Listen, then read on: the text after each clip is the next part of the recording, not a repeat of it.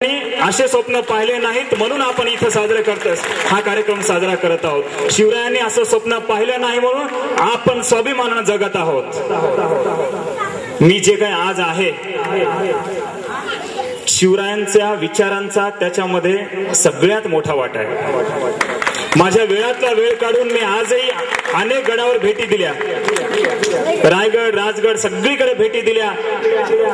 मी म्हणत नाही, पण शिवरायांचे विचार माझ्या रक्तात भिनलेले आहेत. म्हणून माझ्या मित्रांना युवकांना इथं सांगावंसं वाटतं की आपण कोणते स्वप्न बघतो याच्यावर थोडं लक्ष असू द्या.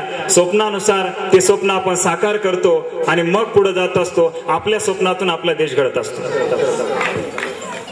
आताच गौतम सरांनी थोड्या वेळाने सांगितलं की व्यसन आज काय होतंय आपलं.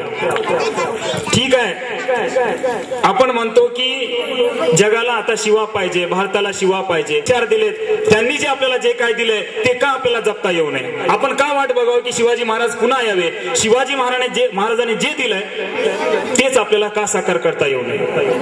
ती आपली जबाबदारी आहे, प्रत्येक युवकाची जबाबदारी आहे, आई वडिलांची जबाबदारी आहे. तर हे मुलं घडतील, नाहीतर काहीच घडू शकणार नाही. नाहीतर आमच्या युवकांची आज अवस्था काय झालेली आहे. खायला गुटका, खेळायला मटका, नुसता सटका, अंगात झटका, कपड्यात नीटनेटका, अभ्यासात लटका, आई वडिलांसोबत दररोज खटका, परीक्षेत नापास झाल्यावर रस्त्यावर भटका, कोणीच टाकणार नाही कुटका. कुठं आहोत आपण. का करतोय आपण हे. कारण आपण फक्त महापुरुषांना डोक्यावर घेतो, त्यांची जयंती साजरी करतो, पण त्यांचे विचार डोक्यात घालून ते आत्मसात करून त्याला आपण आचरणात आणत नाही. ते आपलं दुर्दैव आहे. मला सोपानचं मला हे करायचंय, अभिनंदन करायचं इथं की एवढा चांगला कार्यक्रम ठेवून सोपान 3 वर्षापासून माझ्या मागे लागलेला आहे की सर वेळ द्या. आणि हा वेळ यावर्षी मला भेटला आणि मला आनंद वाटला की हा इतका चांगला कार्यक्रम, इतका प्रयत्न केला जात आहे, या ठिकाणी प्रयत्न केला जात आहे. खरंच शिवरायांच्या विचारांची आता कुठेतरी दखल घेतल्या जात आहे. मोठ्या प्रमाणात दखल घेतली पाहिजे. कारण आपल्याला सगळं सुधारायचं असेल, स्वराज्य पुन्हा आणायचं असेल तर शिवाजी महाराजांच्या विचाराशिवाय आणि कृतीशिवाय, आपल्या कृतीशिवाय काहीच इलाजच नाही आहे. आता पाहतो की कोणी सुधारावं. आई वडिलांनी सुधारावं का, मुलांनी सुधारावं का, शिक्षकांनी सुधारावं का, सगळं सुधारण्यासाठी फक्त पोलिसांचा दंडुकाच पाहिजे. कोडे साहेबांना आणि गौतम साहेबांनाच काम लावलं पाहिजे का. आपण काही सुधारता कामा नाही का. सिग्नल तोडण्यापासून पोलीसच का.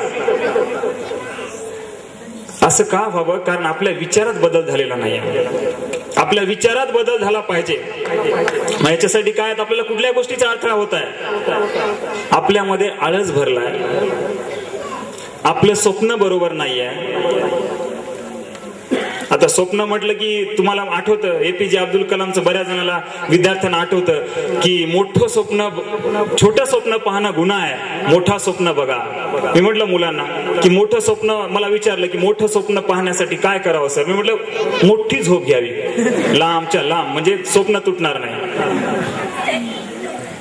काय म्हणतं आपल्याला, स्वप्न नुसतं पाहून नाही, स्वप्न आचरणात आणावं लागतं. स्वप्न ते जे जागे असताना स्वप्न बघावं लागतं, ते स्वप्न झोपेतलं स्वप्न नाही. आणि जिजामातेनं जागेपणी स्वप्न पाहिलं, शिवरायाने ते जागेपणी साकार केलं, म्हणून आपण आज इथं आहोत. मग आपले स्वप्न का होत, आपले स्वप्न कुठे जात आहेत. मला आया भगिनींना थोडस घेऊ ना, थोडं वेळ नाही सांगा, नाहीतर तसं व्हायचं मग एकटाच. तर मला थोडस आया भगिनीकडे वळायचं आहे की आमच्या टीव्हीवरती, मी भाषण नाही मध्ये काही बोलतोय, टीव्हीवरती सिरियस चालतात. मग शिकलेली आई असो, न शिकलेली आई असो, सगळ्या मात्र मन लावून पाहतात. या गोजीरवाण्या घरात हे हे हे 4 दिवस सासूचे. मी सांगतो एखादं सिरियल टीव्हीवरचं दाखवा की ज्याच्यामध्ये मुलावरती संस्कार होतात. कुठलंही सिरियल असं नाही, कुठलंही सिरियल नाही की ज्याच्यावरती खरोखर शिवबा घडेल, नाही आहे. मग काय होतं इथं, की आई वडील सांगतात की बेटा अभ्यास कर, आम्ही सिरियल बघतो. ते मुलगा काय करतो, मग बाजूच्या रूम मध्ये बसून किंवा बाजूला बसून बरोबर बघतो. आणि सिरियल काय असतं माहित आहे? सिरियल किलर शब्द ऐकला का? आपण ऐकतो ना सिरियल किलर, एकानंतर एक मर्डर करणारा माणूस. मला वाटतं त्या सिरियल किलर पेक्षा हे सिरियल डेंजरस आहे. कारण ते माणसाला मारतात, हे विचारांना मारतात. आणि जेव्हा विचार मरतात तेव्हा सगळं काही संपत असतं. म्हणून शिवराय नावाचा विचार आहे तो कधी संपला नाही पाहिजे. शिवाजी महाराज गेले, देहाने गेले, पण त्यांचे विचार आपल्यामध्ये रुजले, तेच पुढे गेले पाहिजे. होतं काय मग सिरियल? तिचं काय, सुनेचं उद्या काय. मग आमची एखादी विद्यार्थिनी परेशान होते, तिचं कसं होईल, तिला न्याय मिळेल का? आणि मग असं दाखवतात क्लायमॅक्स, सिरियल संपत आला की उद्या काय. मग आम्ही परेशान. बाई तिचं काही हो की न हो, पण तुझं काय, तुझं करिअर कुठं आहे, तू बर्बाद होत आहेस. तिचं असू दे, ती पैसा कमावत आहे, मुंबईला बसत आहे, स्टँडर्ड जीवन जगत आहे, तिला कुठलीही कमी नाही. तू मात्र तिचं पाहू पाहू डोळ्यात अश्रू, महिलांच्या डोळ्यात. ती निघाली नांदायला, यांच्या डोळ्यात अश्रू टीव्हीच्या समोर बसून. कसं शिवबाला घडवणार आपण? आपले दुःख आपले आहेत. सांगा एखादं गरीबाचं सिरियल आहेत का? कोणतं नाही आहे. सगळे स्टँडर्ड फॅमिलीचे मोठ्या मोठ्यांचे सिरियल आहेत. काही मते कितवीला आहेस, कोणत्या शाळेत, मला त्याला वेळ लागेल, पण क्रिकेट का? कारण बंबार्डी केली लोकांवरती. कळलं का? आपण असं समोन केलंय सगळ्या माध्यमात, टीव्ही, क्रिकेट सगळं काही आहे. क्रिकेटचं उदाहरण देतो मी तुम्हाला. क्रिकेटचं काय वेळ असतं. एका शाळेमध्ये एकदा इन्स्पेक्टर शाळा चेक करायला आले आणि परीक्षा चालू होती. परीक्षा चालू असताना एकाला उभा केलं, उठ रे म्हणे. तर त्याला संशय आला की हा चुकीच्या नंबर, दुसऱ्याच्या नंबरवर परीक्षा देत आहे. त्याला उभा केलं. काय म्हणे, तुझा नंबर आहे का? तो घाबरून गेला, नाही सर म्हणे, माफ करा, माझा मित्र वर्ल्ड कप बघायला गेला, क्रिकेट बघायला गेला, त्याच्या ठिकाणी मी परीक्षा देत आहे. मग ते गार्डिंग करणारे शिक्षक होते, त्यांना बोलवलं. सर म्हणे, काय हो, तुमच्या समोर हे चाललंय, तुम्हाला काही कळत नाही का? सर म्हणाले, माफ करा सर, मी बाजूच्या वर्गातला क्लास टीचर आहे. या वर्गातला क्लास टीचर माझा मित्र वर्ल्ड कप बघायला गेलेला आहे क्रिकेटचा, म्हणून मी त्याच्या ठिकाणी आलेलो आहे. आता काय करणार? शिक्षक विद्यार्थी, त्या शिक्षकाला आणि विद्यार्थ्याला घेऊन हेडमास्टरकडे गेले. ते असं झालं सर म्हणे, तुमच्या शाळेमध्ये काय चाललंय?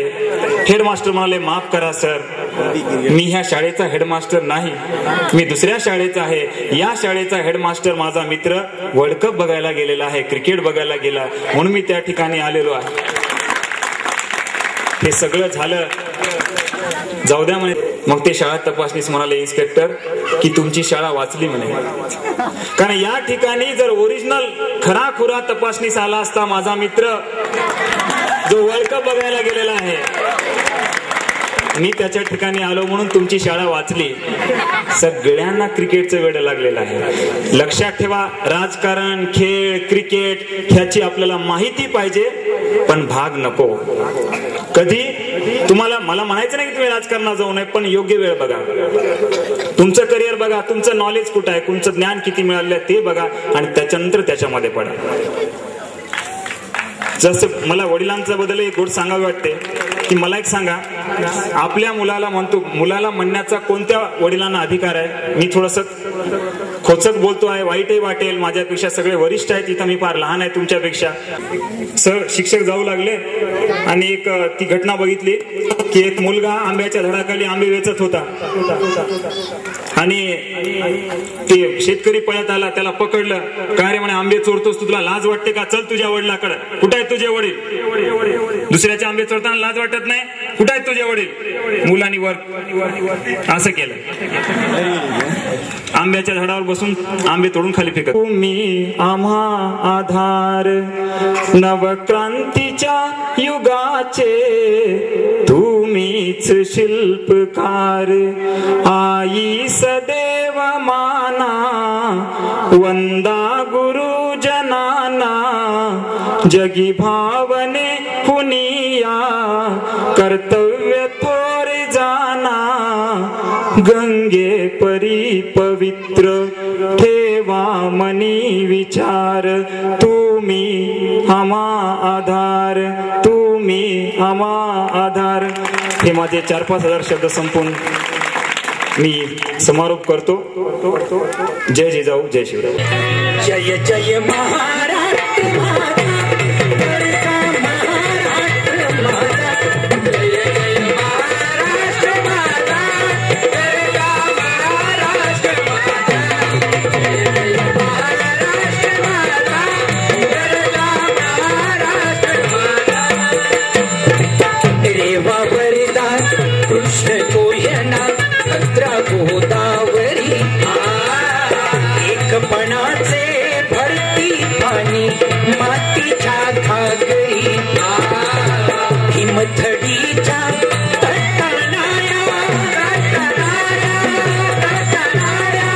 हिमथडीच्या तटाणाया यमुनेचे पाणी पाजा. जय महाराष्ट्र माझा, जय महाराष्ट्र माझा, गरजा महाराष्ट्र माझा. जय जय महाराष्ट्र माझा, गरजा महाराष्ट्र माझा. इतीन अम्मा तुझी मुळी ही कडकडणाऱ्या नफा. गेल्या वर्षी कोण कोण कार्यक्रम ऐकला होता जरा हात वर करा. आता इथं काय सांगत असतो लक्षात आहे, जरा हात वर करा. परत हात मोकळे सोडायचे. सांगू जरा, ज्याच्या हातात बांगड्या आहेत त्यांनी हात खाली ठेवायचे, ज्याच्या हातात बांगड्या नाहीत त्यांनी हात वर करायचं. बघा तपासून आजूबाजूला स्टेजवरचे सोडून बाकीचे. आणि या गीताच्या ठेक्यावर आपण टाळ्या वाजवायच्या, तर रप्पा आवाज यायला पाहिजे. हो